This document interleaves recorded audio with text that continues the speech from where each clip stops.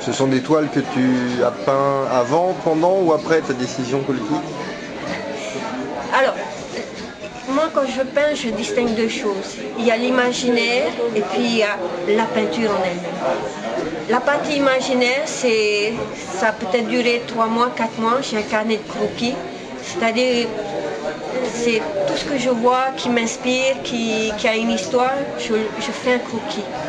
Et puis il y a la partie technique, et là je peux te dire, je l'ai fait en un mois. Ça c'est, je prends mes croquis, je dis ok, celle-là c'est comme ça, celle-là c'est comme ça.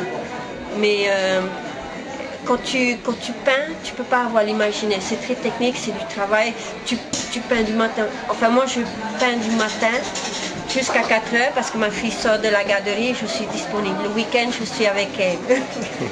Voilà, si j'ai fait ces choix, c'est aussi pour avoir le temps d'être avec mes amis, avoir le temps d'être avec ma fille.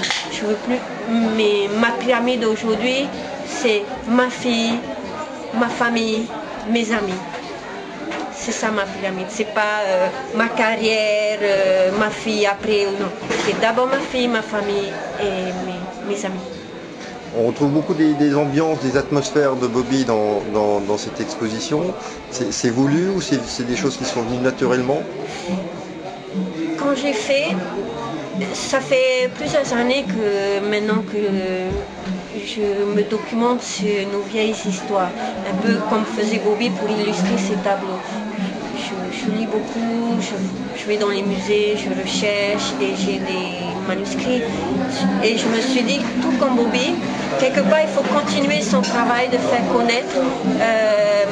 Bobby, quand il peignait, il voulait faire connaître la beauté de nos légendes et de ce qui constitue le peuple maori. Donc j'ai continué ce travail.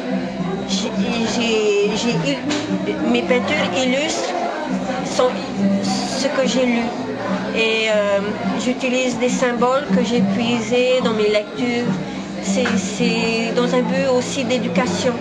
De dire, ben oui, ben, Taro, il a eu des enfants, il les a eu avec Hina, il a eu 4 garçons, il a eu 4 filles, qui sont-ils?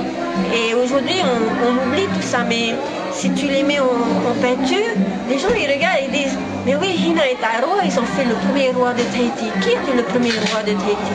C'est Marama. Tout le monde pense à Pomare ou à Oteva. Non, l'origine, c'est Marama. Et Hina Marama, la légende de l'anguille et du cocotier, c'est l'origine de la royauté. Cette légende elle raconte comment la royauté s'est installée à Papeari et que le cocotier, c'est l'emblème de la royauté. C'est pour ça qu'on ne trouve pas à l'intérieur de l'île, parce que le cocotier a toujours accompagné les rois. Mais tout ça, on a oublié. Donc c'est important de les ramener. Et c'est pour ça que je les peins. Bobby, aujourd'hui, tu y penses tous les jours, c'est quelqu'un qui t'inspire. Si tu avais une phrase à retenir ou une phrase de lui qui lui ressemble? Partager. Ce que tu fais, tu le partages. Le bonheur, il est là. Plus tu partages, plus tu es heureux.